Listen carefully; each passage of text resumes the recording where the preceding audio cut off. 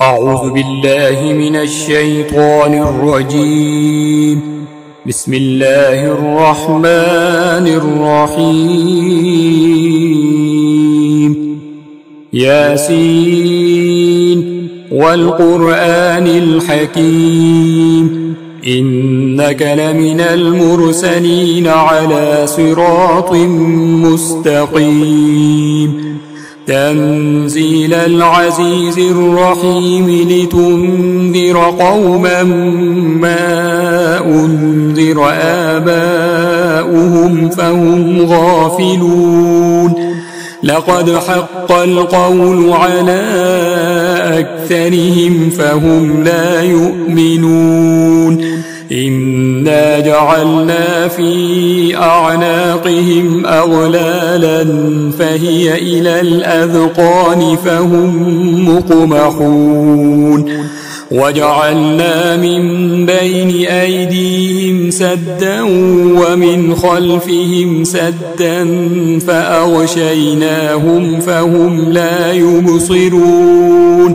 وسواء عليهم أأنذرتهم أم لم تنذرهم لا يؤمنون. إنما تنذر من اتبع الذكر وخشي الرحمن بالغيب فبشره بمغفرة وأجر كريم. إنا نحن نحيي الموتى ونكتب ما قدموا وآثارهم وكل شيء أحصيناه في إمام مبين. واضرب لهم مثلا أصحاب القرية إذ جاءها المرسلون إذ أرسلنا إليهم اثنين فكذبوهما فعززنا بثالث فقالوا إنا إليكم مرسلون. قالوا ما أنتم إلا بشر مثلنا وما أنزل الرحمن من شيء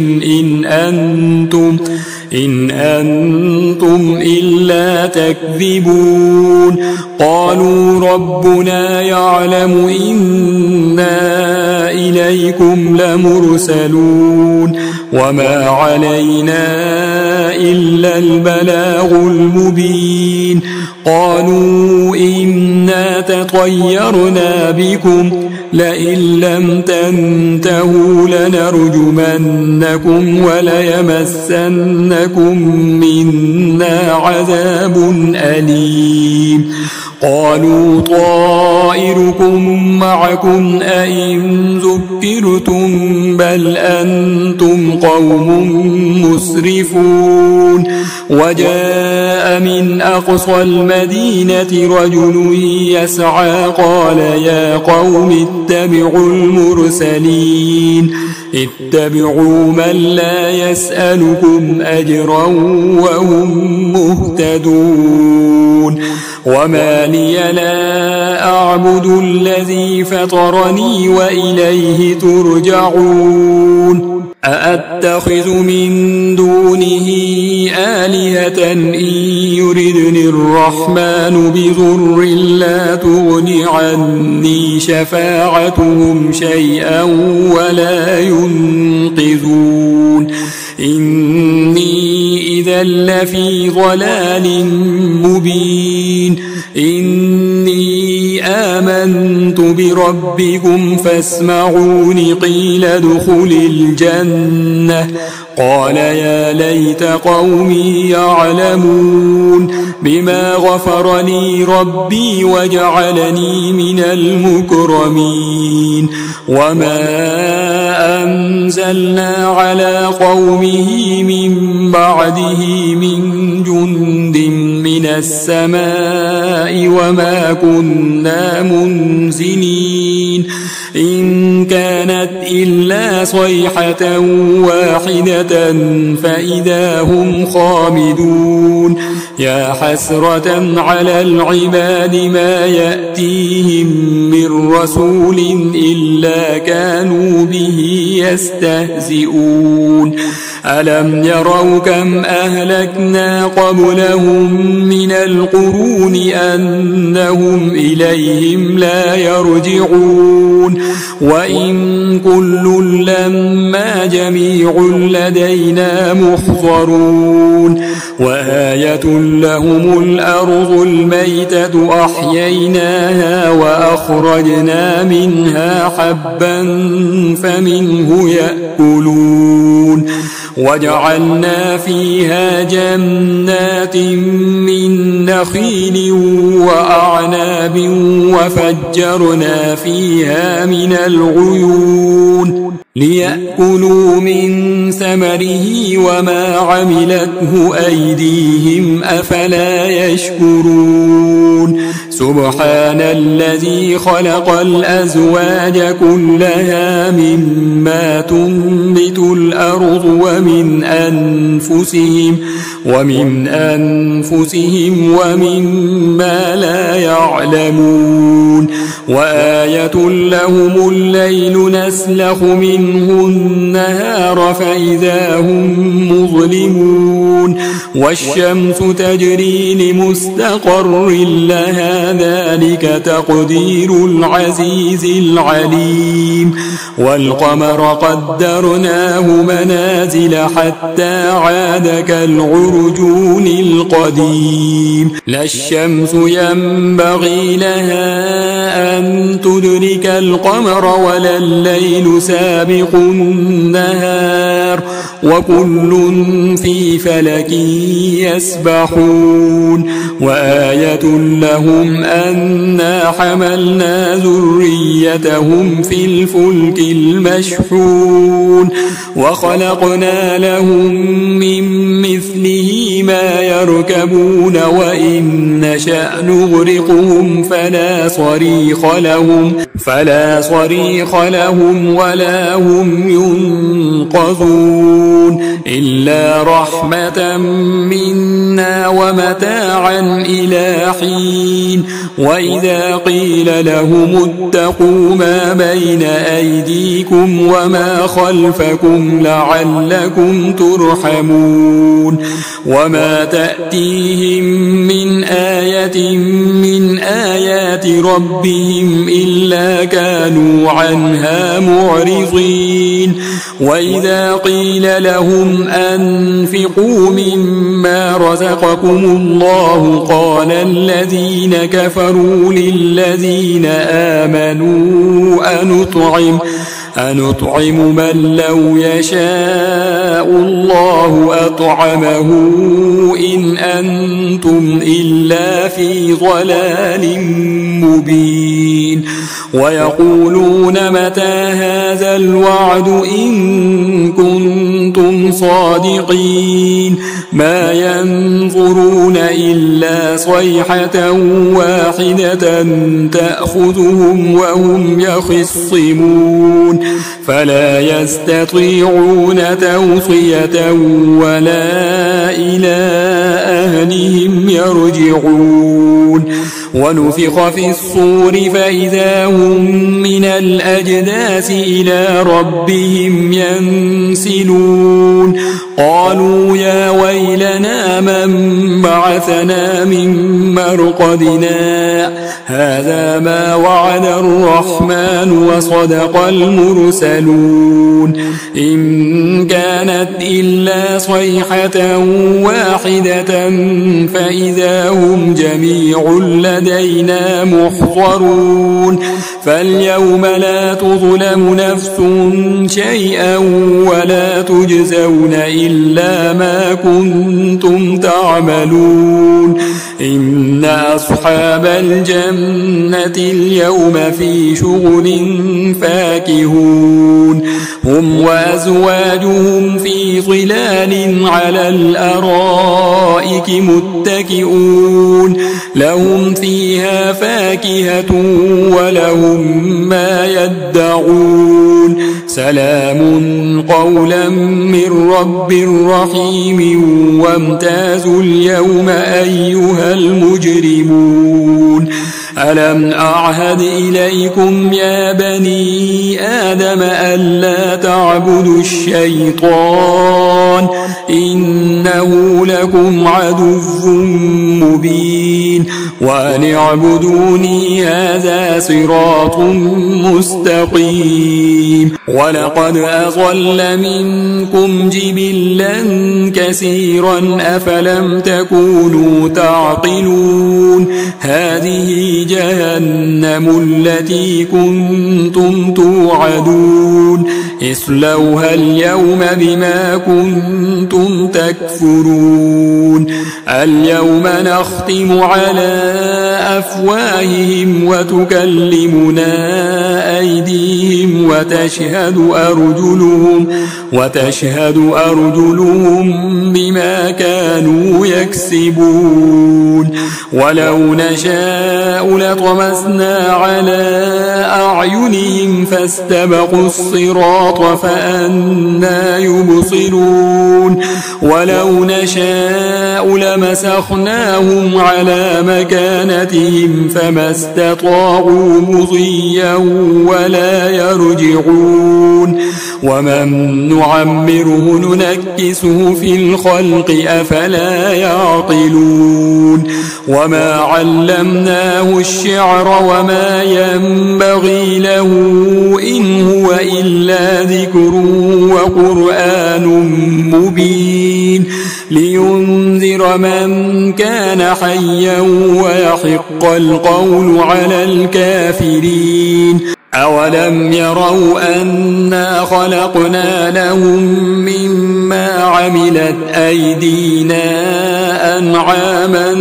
فهم لها مالكون وذللناها لهم فمنها ركوبهم ومنها يأكلون ولهم فيها منافع ومشارب أفلا يشكرون واتخذوا من دون الله آلهة لعلهم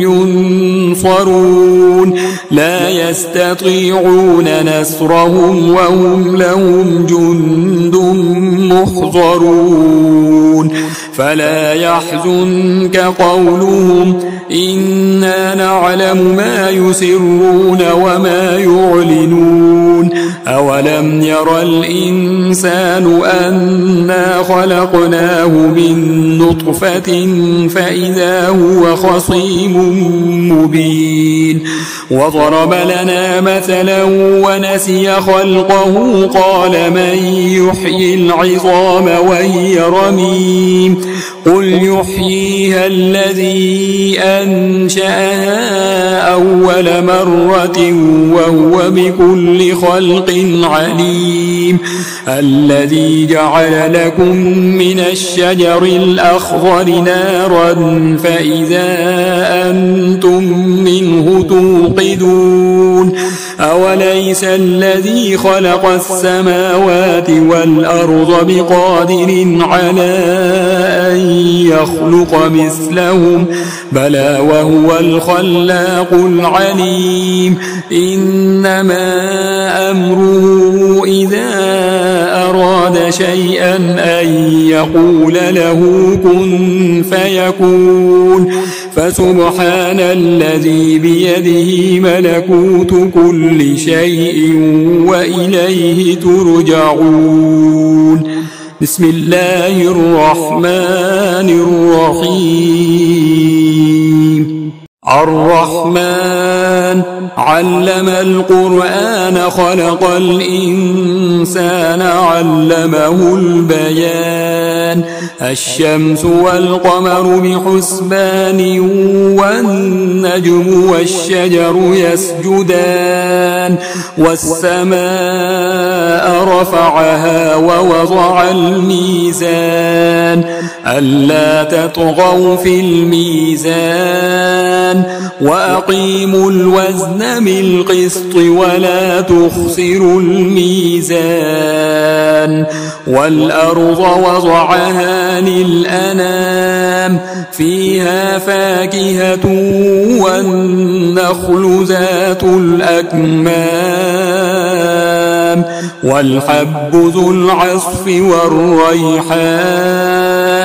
فبأي آلاء ربكما تكذبان خلق الإنسان من صلصال كالفخار وخلق الجان من مارج من نار فبأي آلاء ربكما تكذبان رب المشرقين ورب المغربين فبأي آلاء ربكما تكذبان مرج البحرين يلتقيان بينهما برزخ لا يبغيان فبأي آلاء ربكما تكذبان يخرج منهما اللؤلؤ والمرجان فبأي آلاء ربكما تكذبان وله الجوار المنشآت في البحر كالأعلام فبأي آلاء ربكما تكذبان كل من عليها فان ويبقى وجه ربك ذو الجلال والإكرام فبأي آلاء ربكما تكذبان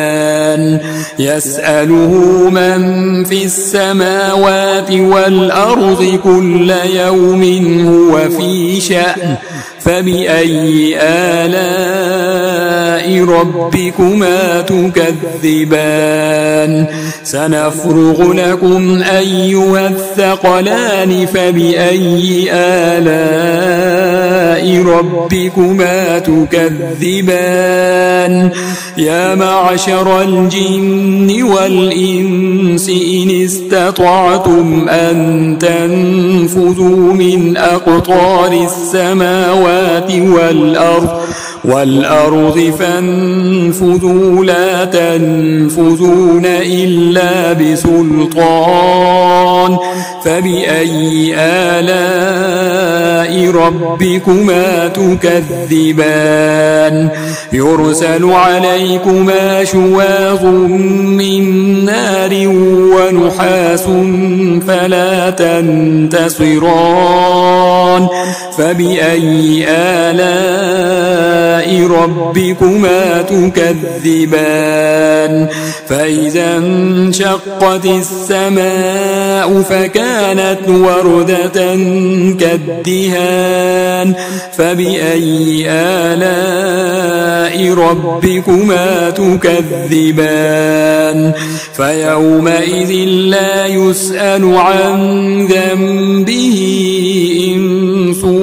ولا جان فبأي آلاء ربكما تكذبان يعرف المجرمون بسيماهم فيؤخذ بالنواصي والأقدام فبأي آلاء ربكما تكذبان هذه جهنم التي يكذب بها المجرمون يطوفون بينها وبين حميم آن فبأي آلاء ربكما تكذبان ولمن خاف مقام ربه جنتان فبأي آلاء ربكما تكذبان ذواتا أفنان فبأي آلاء ربكما تكذبان فيهما عينان تجريان فبأي آلاء ربكما تكذبان فيهما من كل فاكهة زوجان فبأي آلاء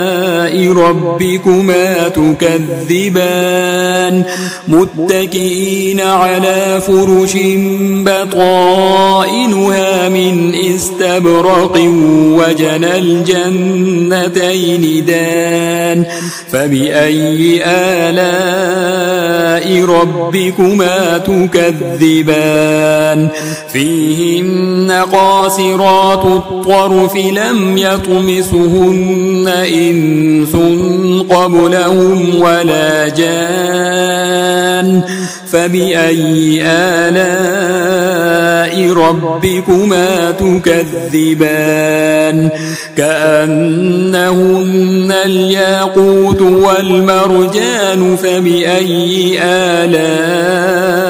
ربكما تكذبان هل جزاء الإحسان إلا الإحسان فبأي آلاء ربكما تكذبان ومن دونهما جنتان فبأي آلاء ربكما تكذبان مدهامتان فبأي آلاء ربكما تكذبان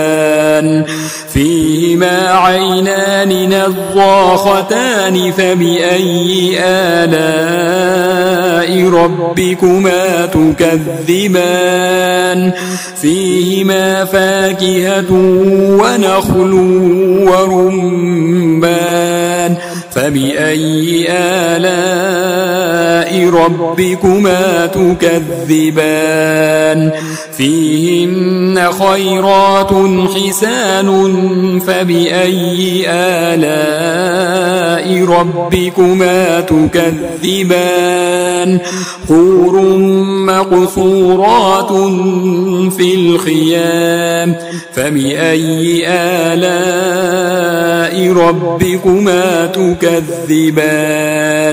لم يطمسهن إنس قبلهم ولا جان فبأي آلاء ربكما تكذبان متكئين على رفرف خضر وعبقري حسان فبأي آلاء ربكما تكذبان تبارك اسم ربك ذي الجلال والإكرام بسم الله الرحمن الرحيم إذا وقعت الواقعة ليس لوقعتها كاذبة خافضة رافعة إذا رجت الأرض رجا وبست الجبال بسا فكانت هباء منبثا وكنتم أزواجا ثلاثة فأصحاب الميمنة ما أصحاب الميمنة وأصحاب المشأمة ما أصحاب المشأمة والسابقون السابقون أولئك المقربون في جنات النعيم ثلة من الأولين وقليل من الآخرين على سرر موضونة متكئين عليها متقابلين يطوف عليهم ولدان مخلدون بأكواب وأباريق وكأس من معين لا يصدعون عنها ولا ينزفون وفاكهة مما يتخيرون ولحم طير مما يشتهون وحور عين كأمثال اللؤلؤ المكنون جزاء بما كانوا يعملون لا يسمعون فيها لغوا ولا تأثيما إلا قيلا سلاما سلاما وأصحاب اليمين ما أصحاب اليمين في سدر مخضود وطلح منضود وظل ممدود وماء مسكوب وفاكهة كثيرة لا مقطوعة ولا ممنوعة وفرش مرفوعة إنا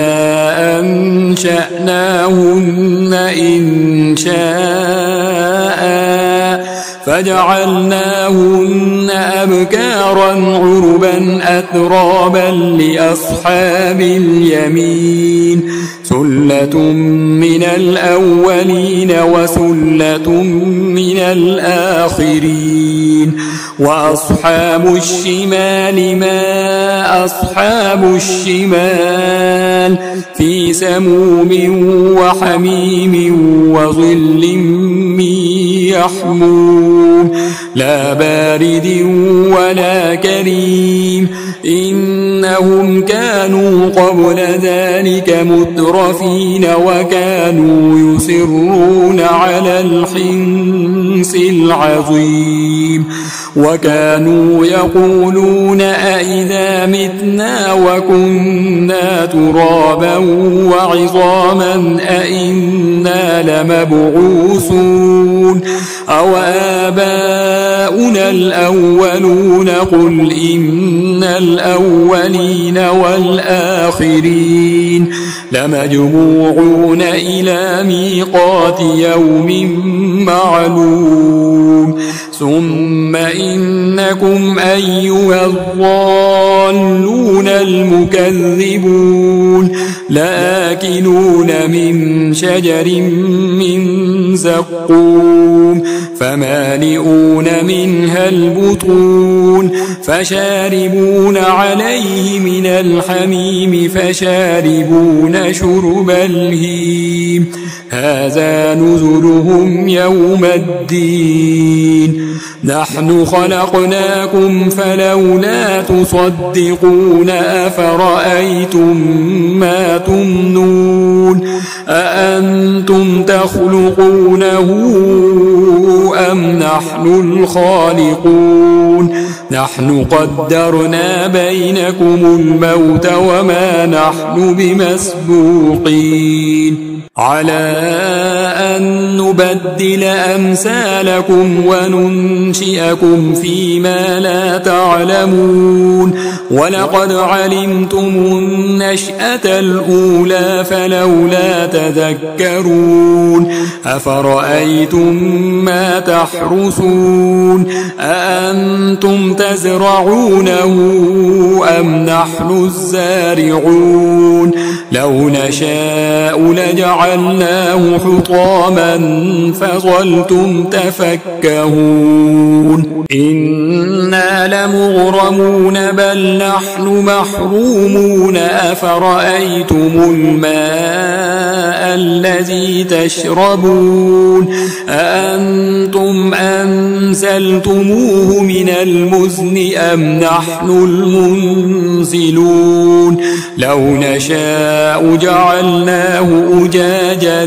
فلولا تشكرون أفرأيتم النار التي تورون أأنتم أنشأتم شجرتها أم نحن المنشئون نحن جعلناها تذكرة ومتاعا للمقوين فسبح باسم ربك العظيم فلا أقسم بمواقع النجوم وإنه لقسم لو تعلمون عظيم إنه لقرآن كريم في كتاب مكنون لا يمسه إلا المطهرون تنزيل من رب العالمين أفبهذا الحديث أنتم مدهنون وتجعلون رزقكم أنكم تكذبون فلولا إذا بلغت الحلقوم وأنتم حينئذ تنظرون ونحن أقرب إليه منكم ولكن لا تبصرون فلولا إن كنتم غير مدينين ترجعونها إن كنتم صادقين فأما إن كان من المقربين فروح وريحان وجنة نعيم وأما إن كان من أصحاب اليمين فسلام لك من أصحاب اليمين وأما إن كان من المكذبين الضالين فنزل من حميم وتصلية جحيم إن هذا لهو حق اليقين فسبح باسم ربك العظيم بسم الله الرحمن الرحيم تبارك الذي بيده الملك وهو على كل شيء قدير الذي خلق الموت والحياة ليبلوكم أيكم أحسن عملا وهو العزيز الغفور الذي خلق 7 سماوات طباقا ما ترى في خلق الرحمن من تفاوت فارجع البصر هل ترى من فطور ثم ارجع البصر كرتين ينقلب إليك البصر خاسئا وهو حسير ولقد زينا السماء الدنيا بمصابيح وجعلناها رجوما للشياطين وأعتدنا لهم عذاب السعير وللذين كفروا بربهم عذاب جهنم وبئس المصير إذا ألقوا فيها سمعوا لها شهيقا وهي تفور تكاد تميز من الغيظ كلما ألقي فيها فوج سألهم خزنتها ألم يأتكم نذير قالوا بلى قد جاءنا نذير فكذبنا وقلنا ما نزل الله من شيء إن أنتم إلا في ضلال كبير وقالوا لو كنا نسمع أو نعقل ما كنا في أصحاب السعير فاعترفوا بذنبهم فسحقا لأصحاب السعير إن الذين يخشون ربهم بالغيب لهم مغفرة وأجر كبير وأسروا قولكم أو اجهروا به إنه عليم بذات الصدور ألا يعلم من خلق وهو اللطيف الخبير هو الذي جعل لكم الأرض ذلولا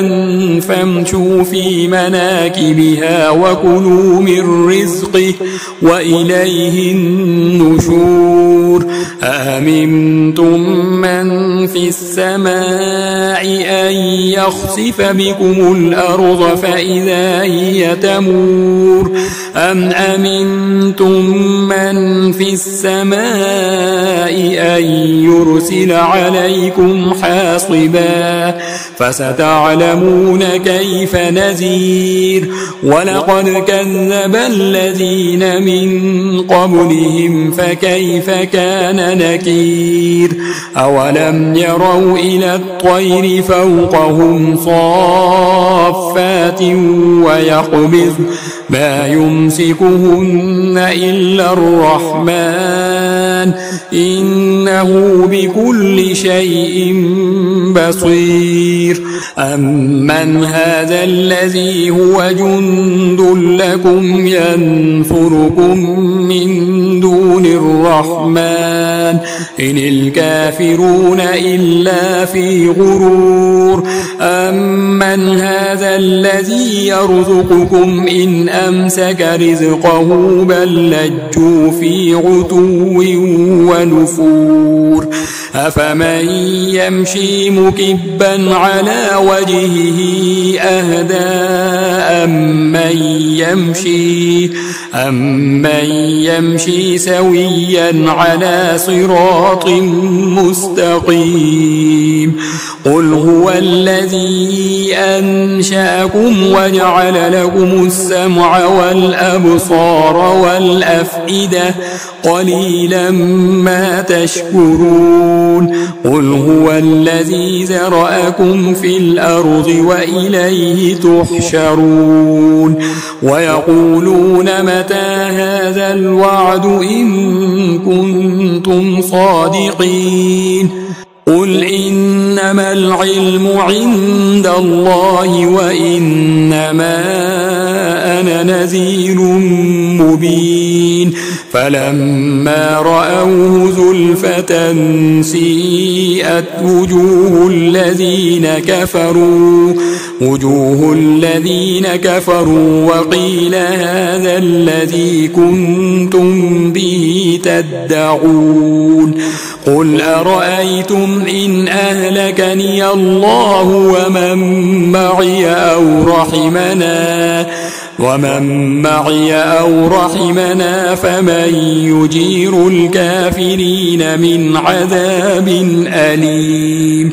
قل هو الرحمن آمنا به وعليه توكلنا فستعلمون من هو في ضلال مبين قل أرأيتم إن أصبح ماؤكم غورا فمن يأتيكم بماء معين صدق الله العظيم.